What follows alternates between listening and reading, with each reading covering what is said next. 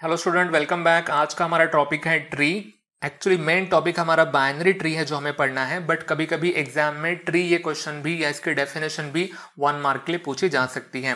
तो जब हमने ये इस चैप्टर को शुरुआत की होगी, पहला लेक्चर या पहला हमारा जो क्लास होगा उसके लास्ट में हमने देखा था कि डेटा स्ट्रक्चर के 2 टाइप होते हैं।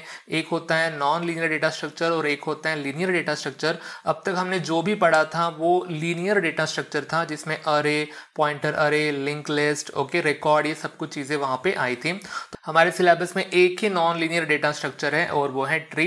तो डेफिनेशन में हम ये चीज बिल्कुल मेंशन करेंगे, जैसे कि it's a non linear data structure. Okay, इतना पॉइंट भी अगर हम लिखते हैं तो आपको हाफ मार्क मिल जाएगा। तो ट्री जो होती है हमारी, जो ट्री के जो एलिमेंट होते हैं एक्चुअली वो नोड ही होते हैं। ठीक है, तो नोड हमने ये वर्ड कहाँ पे देखा, तो लिंक लिस्ट में देखा था हमने। तो ट्री के जो कंटेंट होते हैं उसमें भी नोड ही होते हैं या नोड का कलेक्शन ही होता है। तो बस ये नोड में क्या होता है, ये हायरार्चिकल ऑर्डर में इनको रिप्रेजेंट किया जाता है। तो जो ट्री का यूज ही इसलिए होता है कि जो एलिमेंट है हमारे वो कौन से ऑर्डर में दिखे, आपको हायरार्चिकल ऑर्डर में दिखे, यानी कि जितने भी यहाँ पे नोड होंगी उनका एक हायरार्चिकल ऑर्डर होगा। तो ये एक्चुअली हमारी डेफिनेशन रहेगी कि एक्चुअली ट्री होती क्या है। It is used to represent data containing hierarchical relationship between elements यहाँ पे ऑफकोर्स नोड रहने वाले हैं, वो आगे आपको समझ जाएगा। तो जो नोड होते हैं उनको एक हायरार्चिकल रिलेशनशिप में इनको दिखाया जाता है। ठीक है, तो जैसे हम एक एग्जाम्पल लेंगे आपको समझ जाएगा। तो जो हमारी बायोलॉजिकल ट्री होती है, ओके, उसमें सबसे इंपॉर्टेंट पार्ट होता है रूट, और रूट से ही ट्री हमारी क्या करती है, ग्रो करती है। तो सेम ट्री हमारे कंप्यूटर में भी बिल्कुल वैसी होती है। सबसे मेन जो एलिमेंट होता है यहाँ पे वो होता है रूट। तो देखो मैंने एक गोल करके ऐसा कुछ लिखा है और बीच में आर लिख दिया है, तो ये नोड है हमारे। ठीक है, तो आर क्या है, तो आर डेटा है। और अब इस रूट में से ब्रांचेस निकलेंगी या एजेस निकलेंगी, तो इसके हम पार्टीशन कर सकते हैं कि इसमें से क्या क्या बाहर निकला है। तो देखो हो सकता है इसमें से एक एलिमेंट बाहर निकला है, दूसरा बी एलिमेंट बाहर निकला है। ओके, ऐसे करते करते हम यहाँ पे 3 एलिमेंट मैंने यहाँ पे निकले हैं। ठीक है, तो ये इसकी सब ट्री है, इस रूट में से निकले हुए ये ब्रांचेस है या सब ट्री है। तो आर से डिराइव्ड हुई है ये हमारी 3 चीजें A B C, like that. ठीक है, तो इसी को बोलते हैं ट्री। ट्री बिल्कुल आप देख सकते हैं ना, पहले लेवल के ऊपर, I am to say that 0 level के ऊपर, यानी कि वहां पे रूट है और उसके बाद इसके कुछ एलिमेंट यहाँ पे है। तो इसको अगर मैं हमारे रियल लाइफ से कंपेयर करूं, जैसे कि आर नाम का एक रूट है, उसको हम कॉलेज बोल सकते हैं, आपका भी ये कॉलेज हो सकता है। तो क्या आपके कॉलेज में डिफरेंट ब्रांचेस नहीं होते हैं, तो उसी को भी हम हायरार्चिकल रिलेशनशिप में यहाँ पे आपको बता सकते हैं।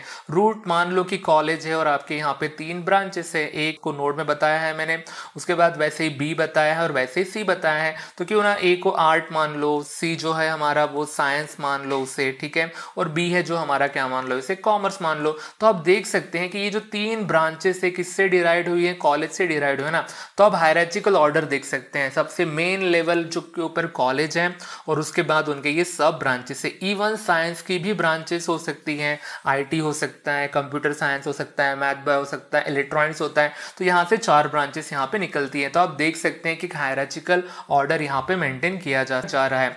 वैसे इंग्लिश में भी, इंग्लिश वाला जो पेपर होता है हमारा, वहां पे भी क्वेश्चन आता है फैमिली ट्री ड्रॉ करना कि यस, या फिर सिंपल ट्री ड्रॉ करने के भी एग्जाम्पल वहां पे पूछे जाते हैं। तो ये सब कुछ ट्री के हमारे एग्जाम्पल्स हैं, तो जिसमें हायरार्चिकल ऑर्डर में डेटा रिप्रेजेंट किया जाता है। ठीक है, तो कभी 1 मार्क के लिए क्वेश्चन आए तो बस ये थोड़ी सी आपको डेफिनेशन लिखनी है और कोई भी स्ट्रक्चर यहाँ पे आपको बनाना है। तो सबसे इंपॉर्टेंट पार्ट कौन सा होता है ट्री में, वो रूट होता है और वहां से ब्रांचेस निकलती है। हमारे इस एग्जाम्पल में ये जो आपको सर्कुलर थिंग दिख रही है ये नोड है और बीच में जो लिखा गया है वो क्या है, उसका डेटा है। ठीक है, आपको पता है नोड में 2 पार्ट होते हैं, ऐसा हमने लिंक लिस्ट में पढ़ा था कि उसमें पॉइंटर फील्ड वगैरह होती है, यहाँ पे भी है बट हिडन है। जैसे कि नहीं क्या, आर से 2 ब्रांचेस निकली हैं, तो पॉइंटर जो होंगे ना ए और बी के, वो बराबर रूट के अंदर जाके स्टोर होंगे। ठीक है, तो उसको हम बाद में डिस्कस करेंगे। तो आपको एक आइडिया आ गई कि जनरल ट्री होती कैसे है, जो कंप्यूटर में हम देखते हैं, तो ये ऐसी ये ट्री होती है।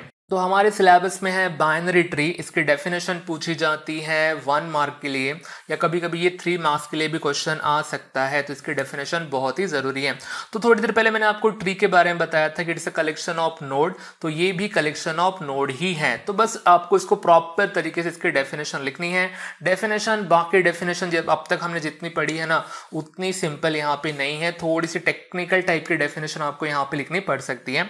तो पहले हम देख लेते हैं डेफिनेशन क्या है binary tree T is defined as a finite set of elements called as node and such that. तो यहाँ पे कंडीशन है। तो सबसे पहले मैं आपको बताता हूँ कि ये टी क्या है। देखो हमने अरे को नाम दिया था LA, डेटा हमने नाम दिया था, है ना। वैसे रिकॉर्ड को हमने स्टूडेंट नाम दिया था, लिंक लिस्ट को कोई तो भी नाम होगा। तो ये टी बस नाम है, एक स्ट्रक्चर को दिया हुआ ये नाम है। तो किसी स्ट्रक्चर को हम बाइनरी ट्री कब बोलेंगे या ये कौन सी होती है? It's a set of elements होता है कॉल्ड एज नोड, यानी कि collection of nodes is also called as binary tree. Okay, तो मतलब कि बाइनरी ट्री हमारी नोड से ही बनती है सच दैट। इसके कंडीशन है कि वो जो टी नाम का स्ट्रक्चर है वो क्या है, हमारा एम्प्टी है, उसे बोलेंगे हम नल ट्री और बाइनरी ट्री। ओके, ये हमारी पहली डेफिनेशन कि कोई स्ट्रक्चर अगर एम्प्टी है तो उसे बाइनरी ट्री बोला जा सकता है। जैसे एग्जाम्पल, और मैंने यहाँ पे टी लिख दिया, तो देखो यहाँ पे मैंने कुछ भी लिखा नहीं है, फिर भी ये हमारी बाइनरी ट्री है। आप बोलेंगे सर ये ऐसा कैसा? जैसे नहीं, क्या एक वाटर बॉटल है, ओके, और उसमें बिल्कुल पानी भरा नहीं है, तो क्या वो स्टील बॉटल रहेंगी ना, और उसे हम वाटर बॉटल कह सकते हैं ना। बिल्कुल वैसा ही कोई स्ट्रक्चर है और उसमें कोई चीज नहीं है, एक्चुअली वो स्टोरेज को रिप्रेजेंट कर रहा है। अगर वो कुछ भी नहीं है तो still that's a binary tree होती है। ओके, ये हमारी पहली डेफिनेशन है, यानी कि किसी स्ट्रक्चर में अगर एक भी नोड नहीं है और वो एम्प्टी है तो उसे हम बोलेंगे नल ट्री और एम्प्टी ट्री। ठीक है, तो ये हो गई हमारी आधी डेफिनेशन। इतना लिखोगे तो आपको हाफ मार्क ही मिलेगा। जो बी इसमें लिखा है वो सबसे इंपॉर्टेंट है कि उसमें क्या होना चाहिए और किसे बाइनरी ट्री हम बोलेंगे।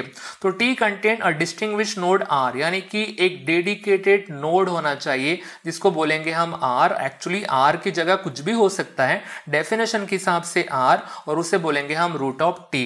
तो प्रीवियस एग्जांपल में आप देख सकते हैं कि दोनों जगह पे मैंने आर लिखा था, आर की जगह कुछ भी हो सकता है। पहले आपको क्लियर कर दूं, बस डेफिनेशन के हिसाब से मैंने यहाँ पे आर लिखा है और वो क्या है, रूट। डिस्टिंग्विश यानी कि एक डेडिकेटेड नोड होना ही चाहिए, उसे बोलेंगे हम आर, और रूट अकेला ही होगा और फर्स्ट लेवल के ऊपर होगा, यानी कि जीरो लेवल के ऊपर। हमारी काउंटिंग जीरो से होती है, यानी जीरो लेवल के ऊपर कौन रहेगा, रूट रहेगा। ओके, तो ये टी वाले स्ट्रक्चर में एक नोड होना चाहिए और वो क्या है, और उसके बाद the remaining node of T form an ordered pair of disjoint binary trees T1 and T2, और इसमें से दो सब ट्री निकलनी चाहिए। देखो एक T1 होनी चाहिए, ओके, और उसके बाद होनी चाहिए T2। ऐसा स्ट्रक्चर यहाँ पे बनना चाहिए।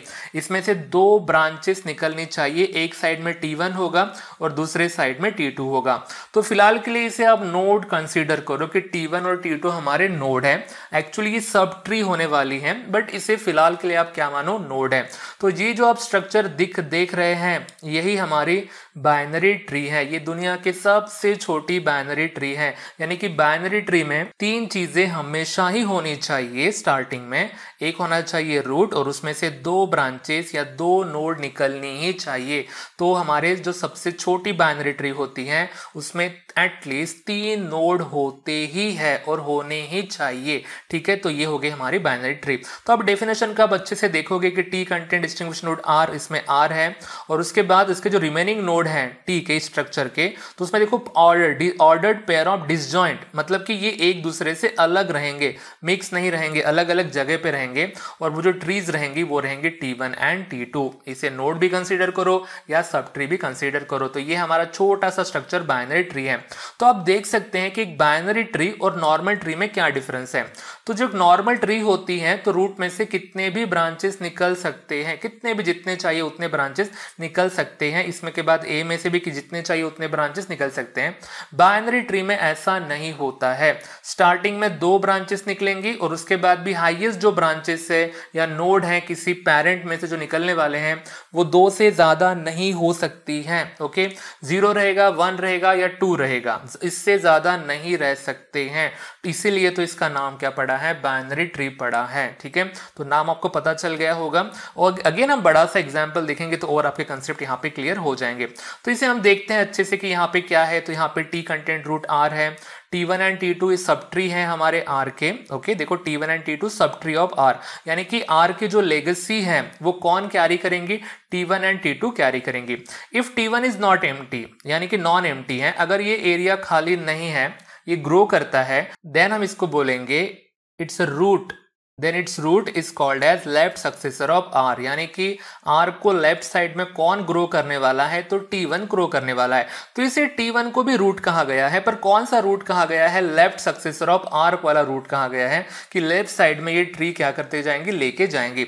वैसे ही अगर ये वाली T2 भी नॉन एम्प्टी है, मतलब ये आगे ग्रो करती है, then its root is called as a right successor of R, यानी कि आर ये जो है ये दो साइड में जाएगा, एक लेफ्ट साइड में जाएगा और एक जाएगा राइट साइड में। तो कौन उसे ग्रो कर रहा है, कौन उसे आगे लेके जा रहा है, उस हिसाब से उनके लेफ्ट सक्सेसर और राइट सक्सेसर होते हैं। ठीक है, तो ये था छोटा सा एग्जाम्पल। क्यों ना टेक्स्ट बुक का एक एग्जाम्पल लिया जाए, एक किताब का एग्जाम्पल लेते हैं, किताब में ही है ये, टेक्स्ट बुक में ये एग्जाम्पल है। ऐसा अज्यूम करते हैं कि आप टेक्स्ट बुक को रेफर वगैरह करोगे, वहां से पढ़ोगे तो आपको ये हेल्पफुल रहेगा। तो वही का एग्जाम्पल मैंने यहाँ पे लिया है कि एक नोड है जिसका नाम है ए, उसे हम मानेंगे रूट, है ना। तो आपको पता है थोड़ी देर पहले हमने देखा है कि अगर कोई चीज रूट है किसी ट्री में, तो अगर उसमें से दो नोड बाहर निकलती हैं T1 एंड T2 जैसे कि यहाँ पे देखो एक नोड है B और एक नोड हम लेंगे C। ओके, तो ये स्ट्रक्चर दुनिया का सबसे छोटा बाइनरी ट्री का हमारा ये स्ट्रक्चर है। ठीक है, तो ये हमारी सबसे छोटी ट्री है। तो B लेफ्ट साइड में आगे आगे बढ़ेंगी और C हमारे राइट साइड में आगे बढ़ेंगे। तो ये किसे आगे बढ़ा रही है, तो A को ही आगे बढ़ा रही है। तो यहाँ पे पता है B के भी यहाँ पे बहुत सारे नोड्स हो सकती हैं। ओके, मतलब ये ट्री हमारी आगे आगे ऐसी ग्रो हो सकती है। तो मैंने यहाँ पे कुछ जल्दी जल्दी कुछ यहाँ पे मैंने चीजें यहाँ पे बना दी है। तो इस स्ट्रक्चर को हम नाम दे देते हैं T, यानी कि यही हमारी बाइनरी ट्री है। तो आप ऑब्जर्व कर सकते हैं कि यहाँ पे टोटल कितने नोड हैं, यहाँ पे टोटल 11 नोड हैं जिससे ये ट्री बनी है। तो आप देखोगे कि A हमारा रूट है, डेडिकेटेड हमारे पास एक नोड होना ही चाहिए, वहां से ही वो ट्री आगे बढ़ेंगी। तो ट्री दो जगह पे आगे बढ़ती है, एक लेफ्ट साइड में और एक राइट साइड में। तो लेफ्ट साइड में आप देखोगे B, D, E और F है, तो ये हो गई हमारी T1। अगर इससे मैं कंपेयर करूं तो T1 यानी हमारी ये लेफ्ट साइड की चीजें हो गई हैं। तो इसका जो रूट है T1 का वो कौन सा है, B है। ओके, यानी कि ये सब ट्री का हमारा रूट है। तो B यहाँ पे जो हो गया है वो है हमारा लेफ्ट सक्सेसर ऑफ A या लेफ्ट चाइल्ड ऑफ A है। ठीक है, तो ये क्या कर रहा है, लेफ्ट साइड में ट्री को आगे ग्रो कर रहा है। वैसे ही अगर आप इस साइड में देखोगे राइट साइड में, तो आपको C मिलेगा, इसे बोलते हैं राइट सक्सेसर। मतलब इसे मैं कंपेयर करूं हमारे एग्जाम्पल से, ये ऊपर वाले डेफिनेशन से, तो C, G, H, J, K, L ये हमारा कौन है, T2 है, और T2 का जो रूट है वो कौन है, C है। तो ये हमारा स्ट्रक्चर हो गया। इसके बाद ये और आगे बढ़ेगा, B से B के भी चाइल्ड है। तो आप बोलेंगे चाइल्ड मतलब क्या होता है, यहाँ पे नोड ही है, किसी से जो चीज डिराइव हो रही है ना, उसी को हमने चाइल्ड बोला है। तो B दो पार्ट में डिवाइड हो रहा है, ऐसा हम बोलते हैं कि D और E में डिवाइड हो रहा है, तो ये उसके क्या हो गए, चाइल्ड हो गए। E अगर देखोगे तो एक ही पार्ट में डिवाइड हो रहा है, या एक ही जगह पे यानी लेफ्ट जगह पे वो ग्रो हो रहा है, इसके राइट साइड में वो ग्रो नहीं हो रहा है। तो ऐसे ही हमारा स्ट्रक्चर होता है। आप यहाँ पे अच्छे से ऑब्जर्व करोगे तो इस स्ट्रक्चर में जो हाईएस्ट नोड है किसी से जो डिवाइड होके निकलती है, तो वो 2 ही होते हैं। A के 2 ही चाइल्ड आपको दिख रहे हैं, B के 2 चाइल्ड दिख रहे हैं।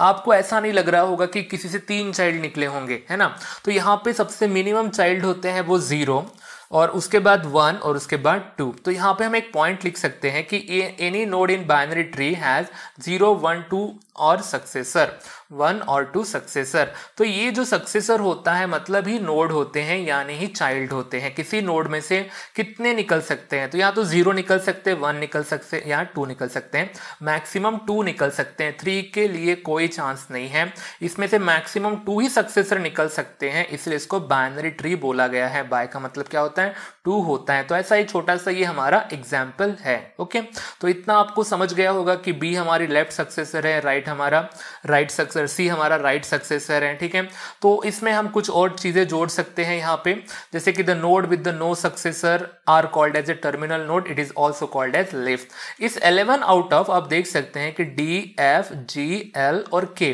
इनके कोई चाइल्ड नहीं है, यानी कि इसमें से आगे ब्रांचेस नहीं निकली हैं, तो इन्हें बोलते हैं सक्सेसर। ओके, सक्सेसर यानी हमारे यहाँ पे चाइल्ड हो गए। अगर किसी नोड के चाइल्ड नहीं है तो उसी को हम क्या बोलेंगे, टर्मिनल नोड बोलेंगे, या फिर उसे क्या बोलेंगे, हम हम लीफ बोलेंगे। तो अब ये हो गई हमारी लीफ की डेफिनेशन या टर्मिनल नोड की हमारी डेफिनेशन कि जिसके बच्चे नहीं होते हैं उन्हीं को लीफ बोलते हैं। तो अब अगर इसे आप अच्छे से ऑब्जर्व करोगे, इतने सारे 11 नोड्स हैं, तो अगर मैं आपसे पूछूं कि बी और सी का फादर कौन है तो आप बोलेंगे ए है ना। अब डी और ई का अगर मैं फादर पूछूं तो वो बोलेंगे, आप बोलेंगे बी। अगर मैं एल का फादर पूछूं तो आप क्या बोलेंगे, जे। यहाँ पे फादर इसलिए बोला गया है क्योंकि ये उससे डिराइड हुई है। एल किससे डिराइड हुआ है, जे से डिराइड हुआ है। फादर की जगह आप पेरेंट ये भी टर्म क्या कर सकते हैं, यूज कर सकते हैं। कौन किससे डिराइड हुआ है उससे आप पेरेंट और चाइल्ड को डिसाइड कर सकते हैं।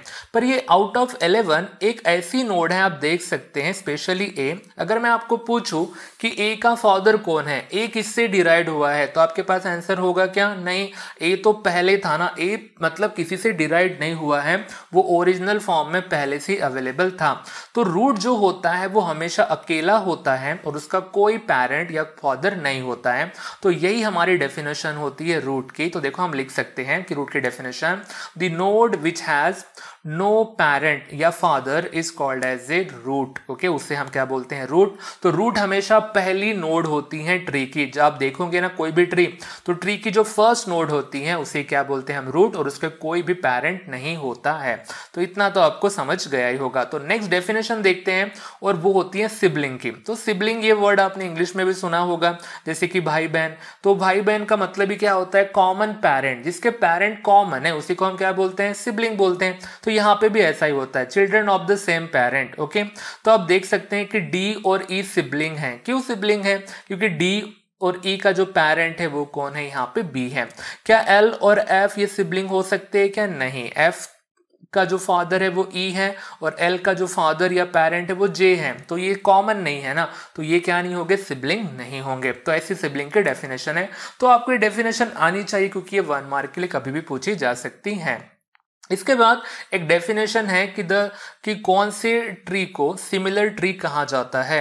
The two binary trees are said to be similar if they have a same structure. Okay, तो कभी अगर ये पूछे सिमिलर ट्री की डेफिनेशन अगर पूछे बाइनरी की, तो उसकी डेफिनेशन सिंपल है अगर उनका स्ट्रक्चर सेम है तो। जैसे कि देखो, यही डायग्राम को मैं फिर से बनाऊं और ए की जगह मैं कुछ और चीजें लिखूं, उसके जगह मैं पी क्यू आर वगैरह से शुरू कर दूं, बट स्ट्रक्चर बिल्कुल कॉमन रखूं, ऐसे का वैसा एग्जैक्ट रखूं, तो उसी को हम क्या बोलेंगे, सिमिलर ट्री हम यहाँ पे बोलेंगे। ठीक है, जैसे कि देखो ए बी सी इतनी हमारी ट्री होती और आर T1 T2 होता है ऐसा लिख के, तो अगर यहाँ पे भी 3 नोड, यहाँ पे भी 3 नोड और सेम स्ट्रक्चर होता तो इसे हम क्या बोलेंगे, सिमिलर ट्री यहाँ पे हम बोलेंगे। आगे भी बहुत सारी डेफिनेशन इसमें आने वाली है, बट सबसे पहले आपको फैमिलियर होना पड़ेगा इस ट्री के साथ। तो आई होप सो कि इतना आपको समझ गया होगा।